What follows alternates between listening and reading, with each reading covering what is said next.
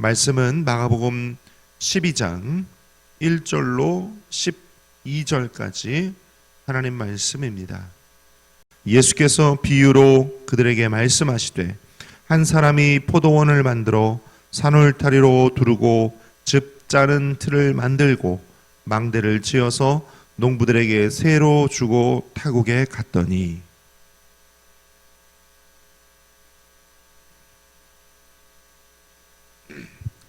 그들이 종을 잡아 심히 때리고 거저 보내었거늘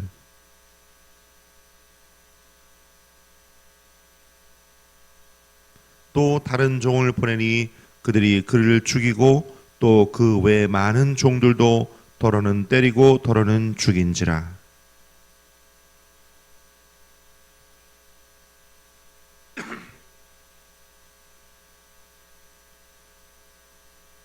그 농부들이 서로 말하되 이는 상속자니 자 죽이자 그러면 그 유산이 우리 것이 되리라 하고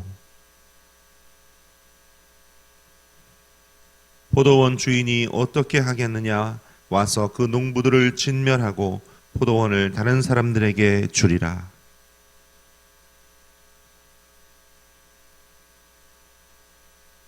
이것은 주로 말미암아 된 것이요 우리 눈에 놀랍도다함을 읽어보지도 못하였느냐 하시니라. 그들이 예수의 이 비유가 자기들을 가리켜 말씀하신 줄 알고 잡고자 하되 무리를 두려워하여 예수를 두고 가니라. 아멘. 우리 함께 교독하신 마가복음 12장 1절로 12절까지 말씀 가지고 제목을 한번 따라할까요? 포도원 주인이 어떻게 하겠느냐. 이런 제목으로 함께 말씀 나누기 원합니다. 예수님께서 비유로 말씀하셨어요. 한 사람이 있는데 큰 포도원을 만듭니다. 울타리를 삥 두르고 또 포도원 안에 즙 짜는 틀을 만듭니다. 또 망대를 곳곳에 세워서 포도원을 지키게 합니다. 그러니까 당시에 이 포도원 비유에 나오는 이 포도원은요 굉장히 잘 되어 있는 시설인 거죠. 포도원을 만들고 또 울타리를 두르고 망대도 세우고 또 포도원이니까 당연히 경작지로 잘 조성을 했겠죠. 그리고 포도즙 틀도 만듭니다. 이 잘 만든 포도원을 농부들에게 새로 주고 주인은 먼 타국으로 갑니다.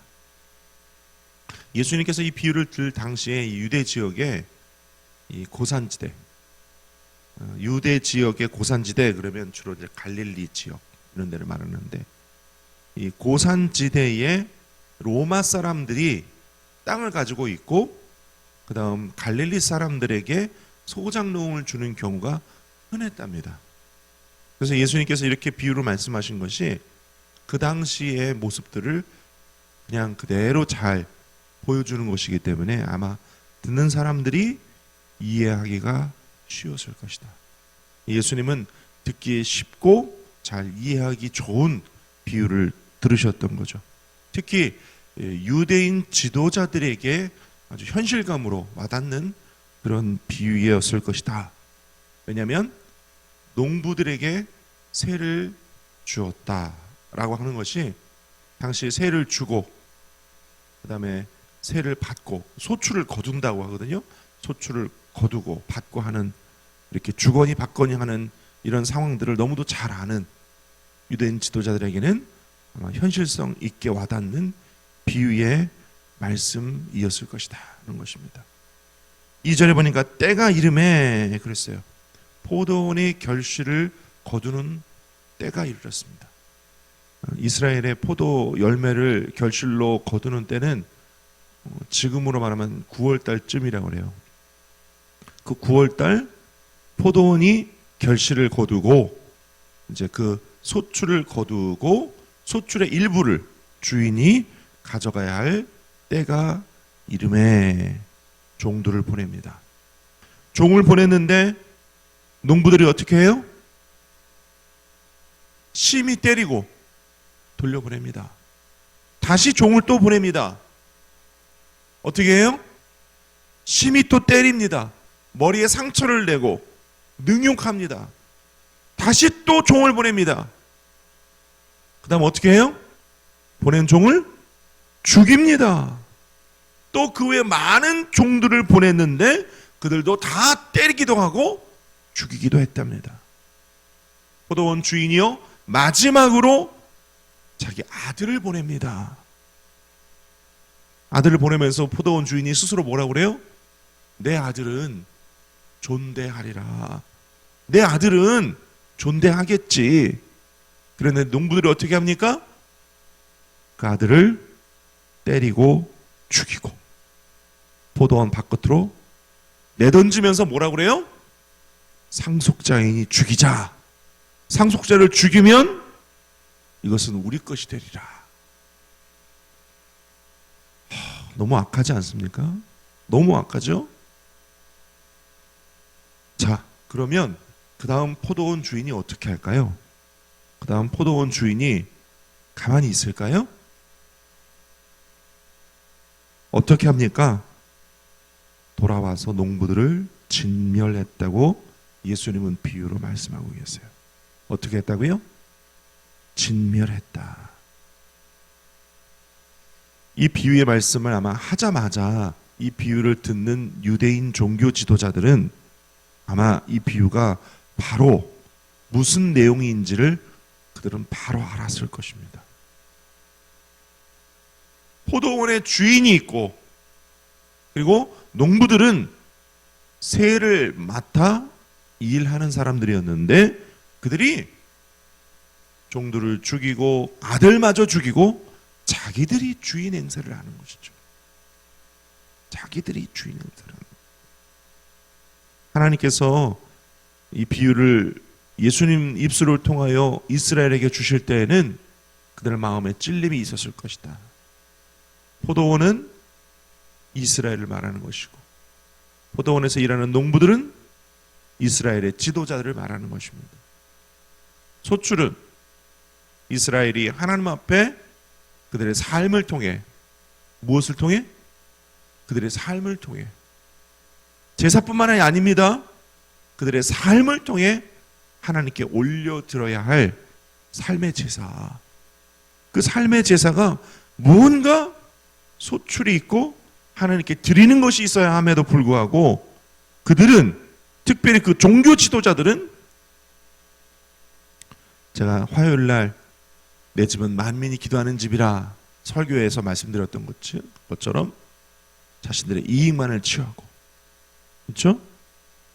성전을 시장으로 만들고 성전에서 오로지 자기의 욕심과 배만 채우는 일들이 벌어졌기 때문에 예수님께서 특별히 그곳에서 바리새인과 사두개인들과 사내들인 공회와 예수님을 죽이려고 모의하는 자들에게 이 비유의 말씀을 찔리도록 주신 것이다 생각이 되어집니다.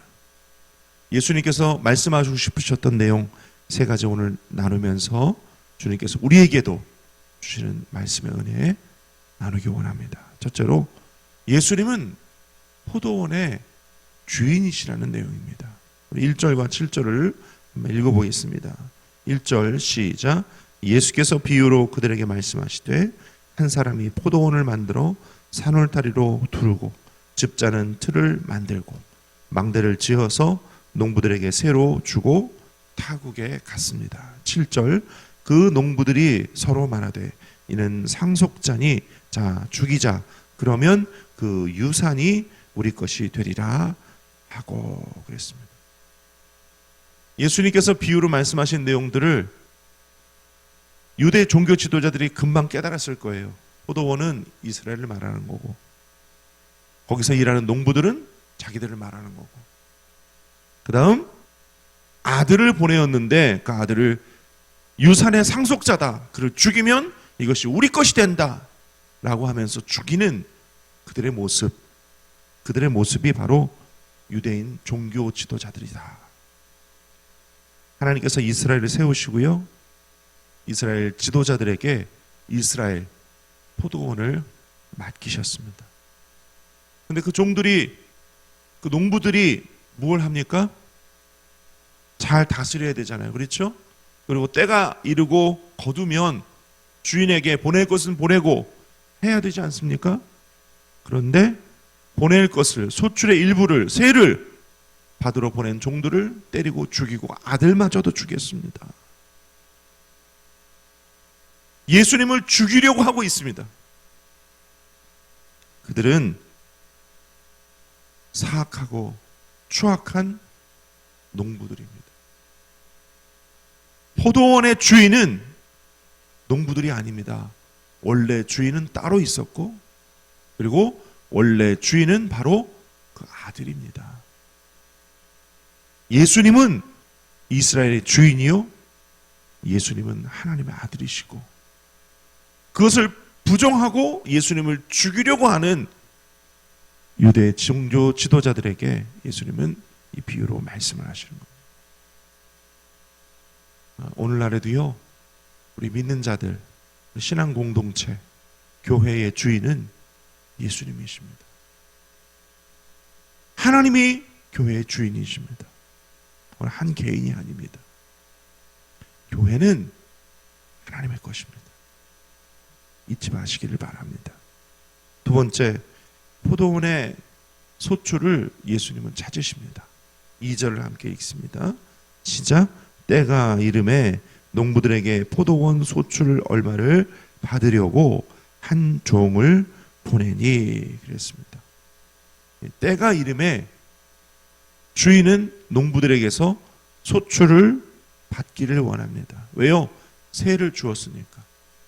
소출은 두 가지 의미가 있어요. 첫째는 포도원에서 나는 포도 열매를 말합니다. 이스라엘에게서 나는 열매는 무엇이었을까요? 영적인 하나님과 동행하는 삶을 말합니다. 그렇죠? 이스라엘 백성이 택함받은 선민인데 그들이 하나님과 함께 살면서 하나님의 뜻대로 사는 것, 그렇죠? 그게 열매입니다. 하나님은요, 포도원, 포도나무가 잘 자라게 하시고 꽃이 피고 열매가 맺혀지고 또 열매가 커지고 또 열매가 무르익기까지 햇빛과 비와 흙과 모든 자연의 것들을 주님은 다 공급하세요. 이스라엘에게도 오늘날 우리에게도 하나님은 자연과 공기와 물과 모든 것을 다 공급하세요. 하나님이 공기를 단 10분만 거두신다고 하면 이 지구상에 살아남을 사람은 아무도 없어요. 물도 마찬가지고 햇빛도 마찬가지고 하나님은 다 공급하세요.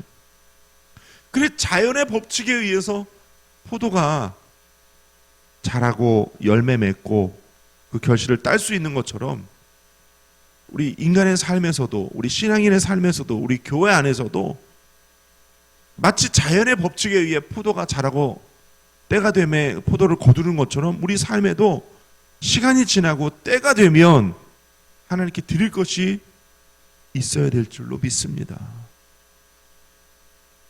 가슴에 손 한번 따라합시다. 나는 무엇으로 하나님께 드리나? 네, 오늘 기도하시면서 하나님, 나의 삶에 베푸신 은혜가 크고 많은데 나는 무엇으로 하나님께 드릴 수 있나요? 기도하면서 점검해보는 저와 여러분 되시기를 축원드립니다. 두 번째로 소출은요, 농부들이 주인에게 드려야 할 세를 말합니다. 농부들이 주인에게 드려야 할 세. 그렇죠? 그냥 준 게 아닙니다. 포도원은 세를 주었거든요. 그러니까 소출 얼마를 받아 가져오라고 종들을 보낸 겁니다. 우리 신앙생활도 마찬가지예요. 하나님께로부터 받은 은혜가 있어요. 첫째, 구원받은 은혜가 있어요. 할렐루야. 특별히 우리 순복음 성도들은요, 성령의 은혜가 있잖아요. 그렇죠? 치료받고 아브라함의 축복을 얻고 부활 영생 천국이 심령 천국으로 이미 들어와 있으니 우리 삶에 하나님의 은혜가 얼마나 큽니까? 그러니 우리 삶으로 하나님께 올려드려야 할 소출이 있어야 돼요. 새벽 예배, 앞에 드리고, 그렇죠? 시간 헌신도 드리고, 물질 헌신도 드리고, 하나님께서 주신 은혜가 너무 크기 때문에 조금이라도 보답하는 마음으로 그렇게 인생을 통해 하나님께 드리는 것이 있어야 할 줄로 믿습니다. 전 특별히 경인성전 오면서 하나님께서 저희 목회생활 가운데 상상치도 못한 일들을 명령하셔서 경인성전에서 전도도 하고 또 앞으로 또 다른 일들도 할 것인데, 여러분, 전도 하나님께서 우리에게 찾으시는 거예요. 우리가 시간이 남아서 전도하고, 아닙니다. 먼저 전도하고, 먼저 하나님께 드리고, 시간 드리고, 정성과 사랑을 드리고, 다음 하나님 주신 은혜를 누리는 것이죠. 전도는 먼저 해야 될 것이에요. 할렐루야. 새벽 예배 나오시는 분들이 아멘 하시지만, 사실은 새벽 예배 안 나오시는 분들에게 이 말씀 전하고 그들로 삶을 통해 전도하게 만들어야 되는데, 할렐루야. 하나님은 오늘 우리에게도 전도를 찾으십니다. 물질 헌신, 시간의 헌신, 마음의 헌신, 그렇죠? 기도를 찾으세요. 한시도 깨어 기도할 수 없느냐? 기도를 찾으세요. 아버지의 나라를 전파하는 전도를 찾으시고, 우리 마땅히 하나님께 드려야 할 것들을, 저와 여러분들이 하나님께 드리는 삶을 통해 더 큰 복을 받으시기를 축원합니다. 셋째로, 포도원 주인이 자기의 아들이 죽었는데 어떻게 하겠느냐, 예수님께서 유대 종교 지도자들에게 묻습니다. 9절을 읽겠습니다. 9절 시작. 포도원 주인이 어떻게 하겠느냐, 그 다음 와서 그 농부들을 진멸하고 포도원을 다른 사람들에게 주리라. 예수님께서 답을 말씀하세요. 두 가지 답이에요. 첫째, 주인을 배반한 농부들을 진멸하리라. 진멸하리라. 예수님과 이스라엘의 관계는, 예수님은 포도원의 주인이십니다. 이스라엘은 포도원이고 종교 지도자들은 농부들입니다. 근데 그들이, 그 민족이 삶을 통해 하나님께 소출을 드리지 않았기 때문에 결국 예수님의 이 예언대로 진멸하리라, 예언대로 주후 70년에 로마의 디도 장군에 의해서 예루살렘이 철저히 파괴가 되어집니다. 돌 위에 돌 하나 남지 않고 예루살렘이 무너지리라. 뒤에 우리 마가복음 13장 2절에 보면 예수님께서 비유로 말씀을 인용하여 돌 위에 돌 하나도 남지 않고 다 무너지리라, 이 말씀이 디도 장군에 의해서 그대로 다 이루어진 것이요. 제가 성지순례 가서 들었던 이야기인데, 예루살렘 성을 돌로 이렇게 쌓았잖아요. 디도 장군이 예루살렘을 함락하러 왔습니다.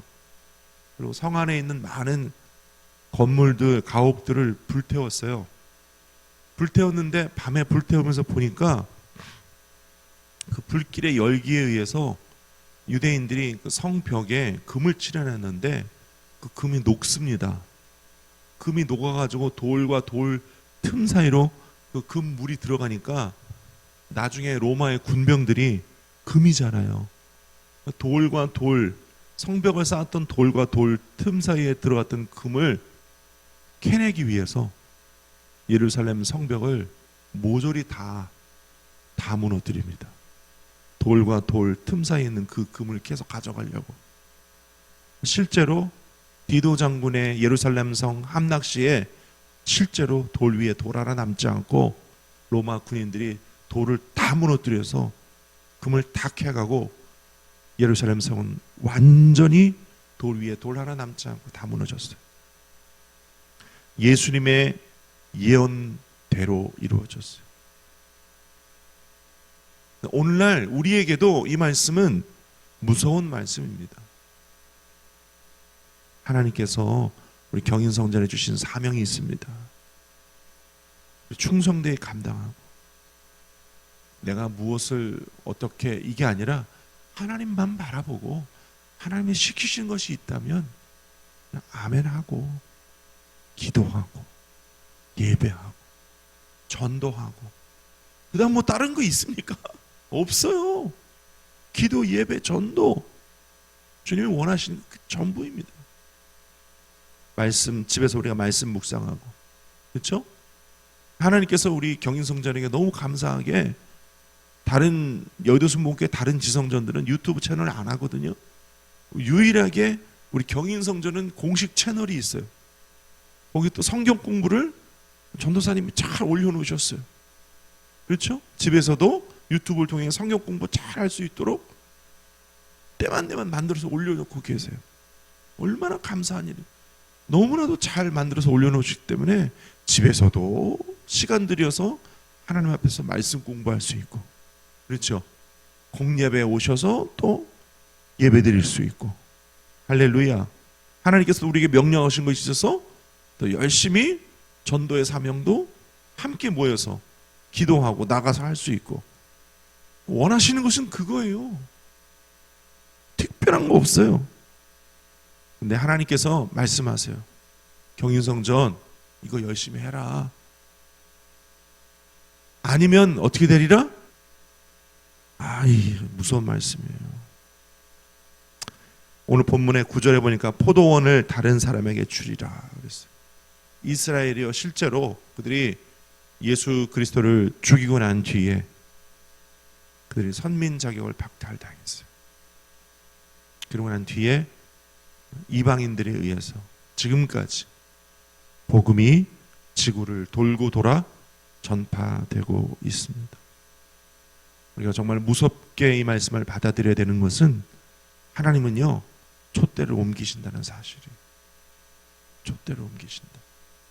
저와 여러분들이 기억하시면서 우리 민족이 우리 한국교회가 우리 여의도순복음교회가 우리 경인성전이 말씀과 성령으로 충만하고 하나님을 기쁘시게 하면 하나님 우리를 들어 쓰실 것이요 그렇지 않으면 촛대로 옮기신다는 사실 잊지 마시기를 예수님의 이름으로 축원을 드립니다.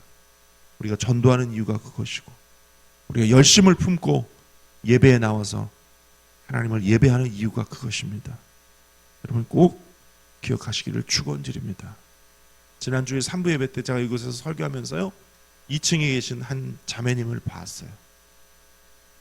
저는 그 전주에 안명기 전도사님이 저에게 하신 말씀이 있어서 안명기 전도사님이 이야기하신 그분인가 생각했어요.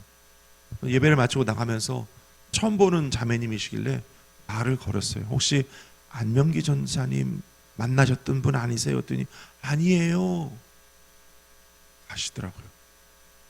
제 추측에는 지난 주일날 처음 오신 분이었어요. 다음 주에 또 오시기를 바랍니다. 하나님께서 저희 마음 가운데 주신 메시지가 있었어요. 이 지역에도 구원받아야 할 영혼들이 있다. 내가 어느 교회에 보내주겠느냐? 전도하는 교회에 내가 보내주겠다. 할렐루야. 그래서 온 거구나. 우리에게 그 사명이 있다니까요. 우리에게 그 사명이 있어요. 예수님께서 오늘 이 포도원의 비유를 우리에게 주신 이유가 있어요. 오늘 저 여러분들이 이 말씀 붙잡고 기도할 때 하나님께서 우리 경인성전에 주신 사명 우리가 능히 감당하고 잘했다 칭찬받는 저와 여러분 다 되시기를 축원을 드립니다. 특별히 오늘 말씀에 때가 이름에 그랬는데 지금이 바로 그때예요. 때가 이르렀어요. 우리에게서 소출을 찾으십니다. 영적인 전도의 소출. 할렐루야. 저와 여러분들이 하나님 앞에서 경각심을 가지고 이 마지막 때에 더욱 열심을 품고 예배하고 기도하고 전도하는 경인성전 되시기를 예수님의 이름으로 축원드립니다. 기도하겠습니다. 아버지 하나님,